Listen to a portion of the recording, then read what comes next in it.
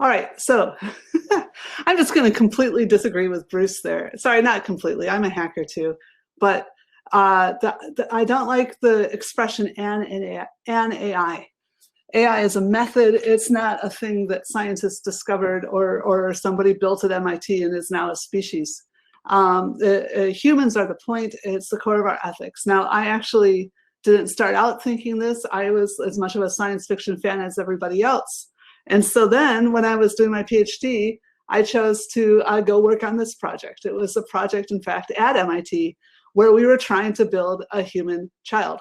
Okay, it was the 1990s. We thought, sure, we can do that. The thing was that while I was still working on this project, and what you're seeing here is basically a statue. Okay, it turned out we had a computer to try to plug in to use as its brain, but it didn't work, and it turned out it wasn't properly grounded or earthed if you're British. So yet people would keep coming up and saying, they'd be proud to say, I know it'd be unethical to unplug that because I've learned from feminism and I've learned from the civil rights movement. And it isn't a person. If you think that is as much as a white male as a woman or a person of color is like a white male, then the feminism and civil rights haven't got far enough, all right? But people really want to believe this, and only if you shape it like a person. There were working robots in the same lab that were shaped like insects. Nobody cared about them, right? So it's only if you shape it like a person. And we desperately want to believe, some people desperately want to believe that we can create something that's our best friend or our progeny that's going to take over from us, that humans should be wiped out and replaced by AI. This idea that we can have something that we can program, that we can hack, like not just a little bit like what Bruce was talking about, like you can sort of cognitively hack people, but you can actually author AI. They want that to be their inheritance, all right? I would argue this is basically sick and dangerous. That's not the right way to think about what AI is, okay? And you can read more about the sick, dangerous part there. Look, even I understand, we feel sympathy, right? Like I said, I watch sci-fi too, I get it. But even statues, okay, as I just said, that really was a statue, but this is street art, right? This is street art by Stuart Johnson. And when he was dealing with social unrest in the 1970s in the United States, he found putting human-sized statues into public spaces made people behave better. They felt like they had company, okay?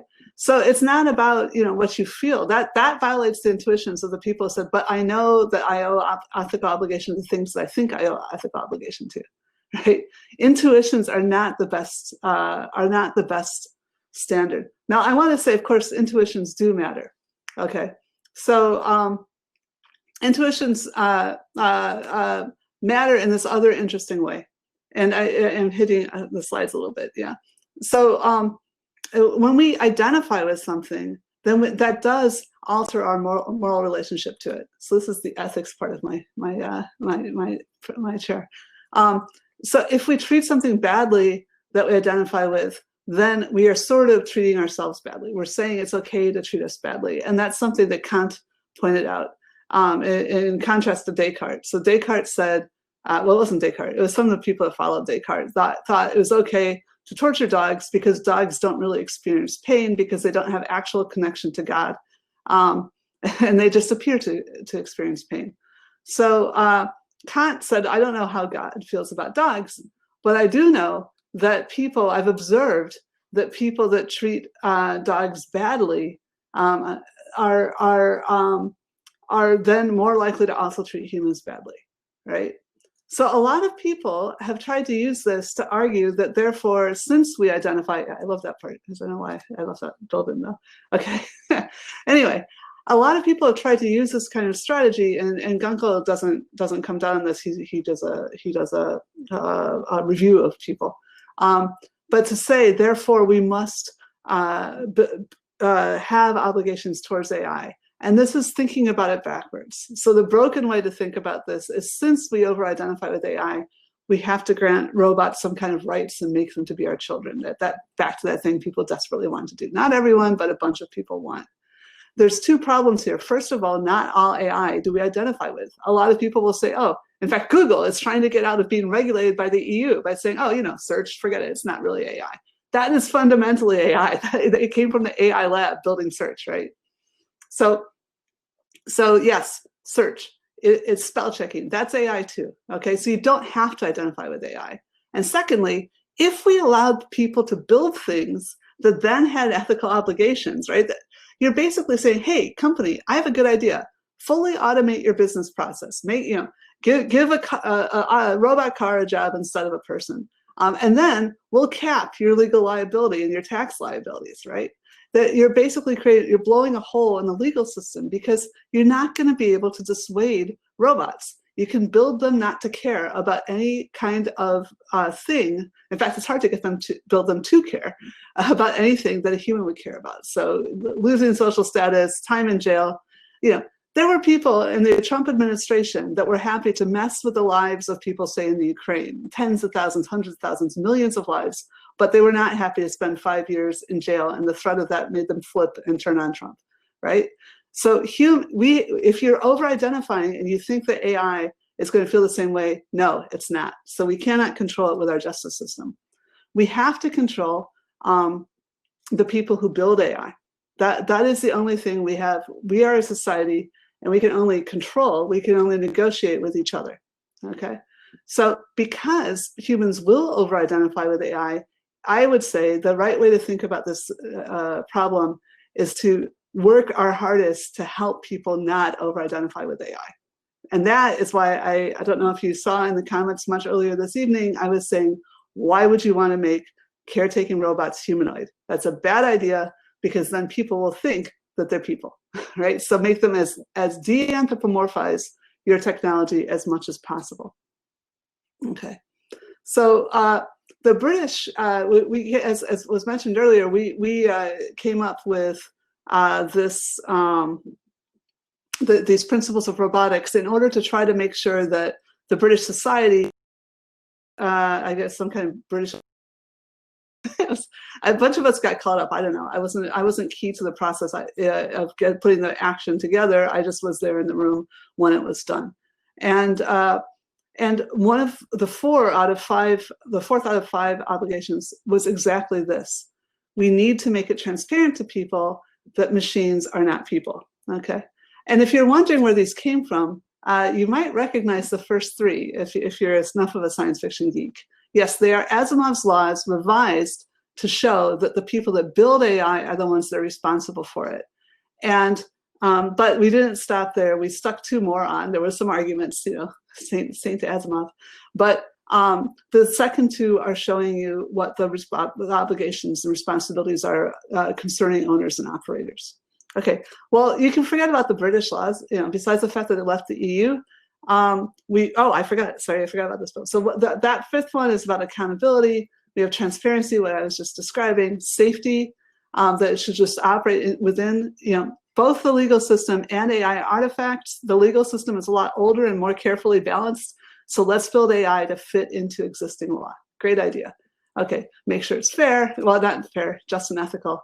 And make sure it doesn't kill people except on the battlefields, but not in domestic settings. And that may sound like a cop-out. It was a kind of cop-out, but that's what war is about. Unfortunately, war is preemptive killing, but policing, you should never kill unless your own life is threatened.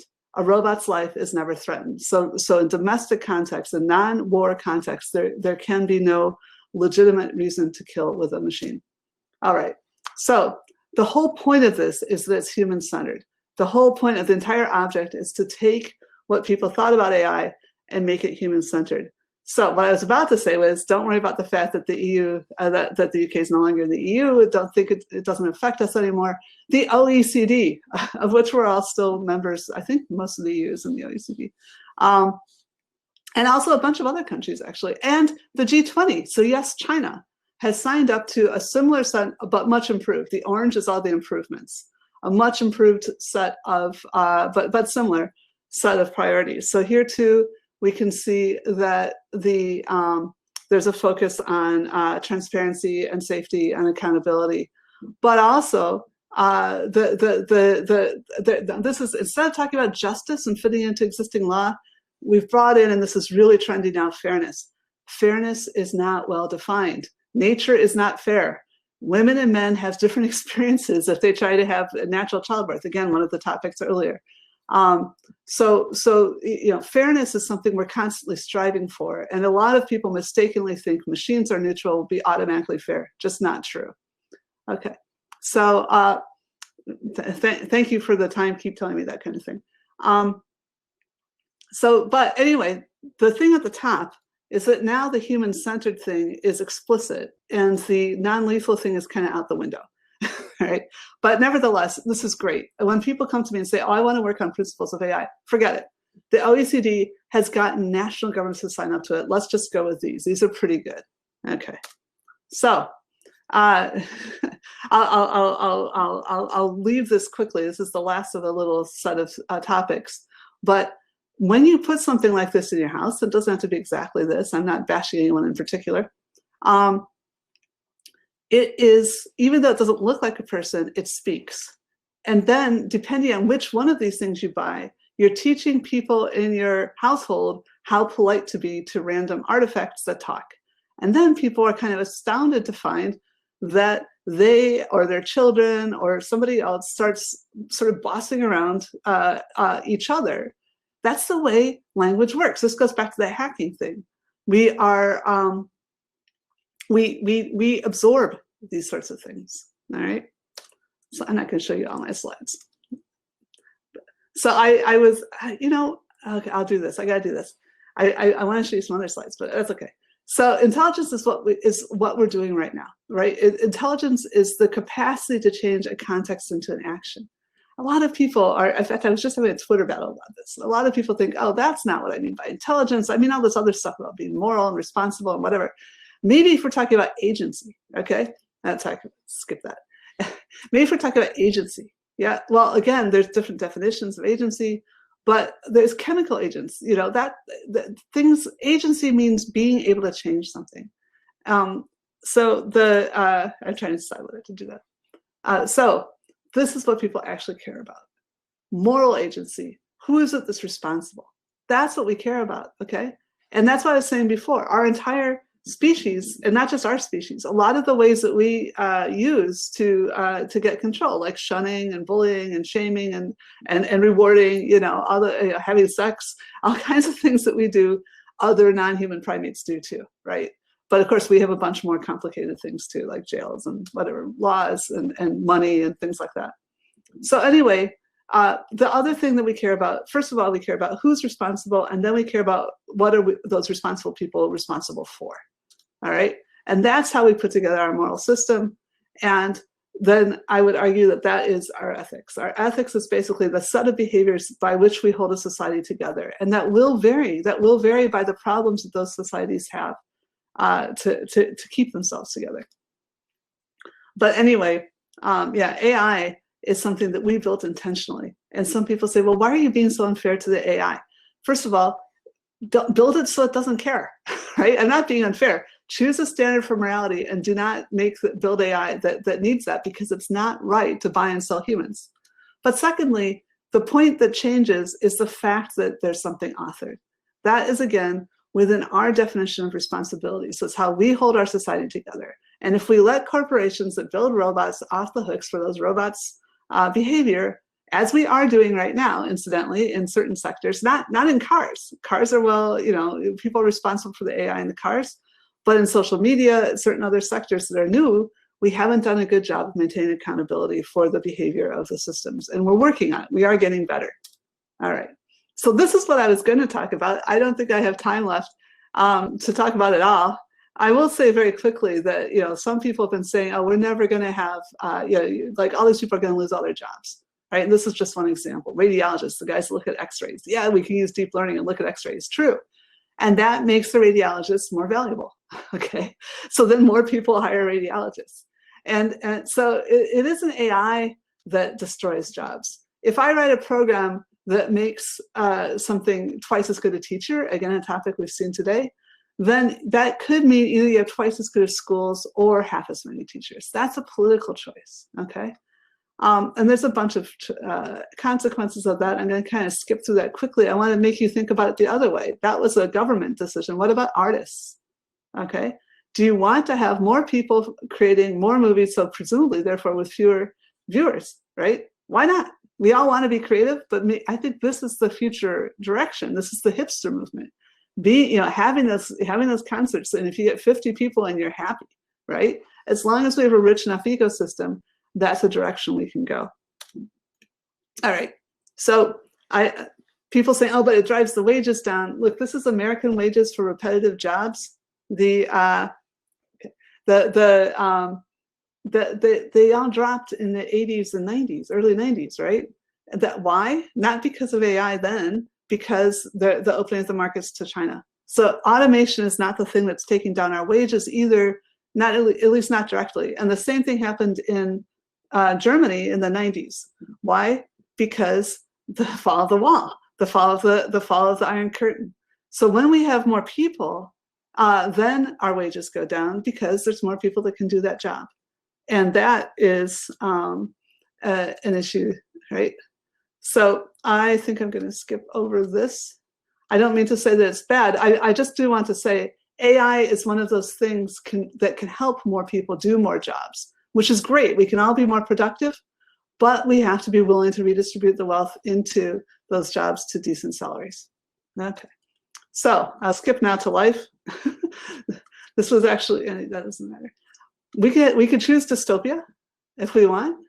What does dystopia look like with AI? Micromanagement, we've experienced this, especially those of you who've been in East Germany, right? But lots of people have experienced what it is to be micromanaged. And also, it isn't only the 2 or 3 famous things you think of. 120 times cases of genocide and mass killings happened in the 20th century. If people don't think it's worth keeping people alive because maybe they think machines are better, or maybe they think that it's easier to control a smaller population.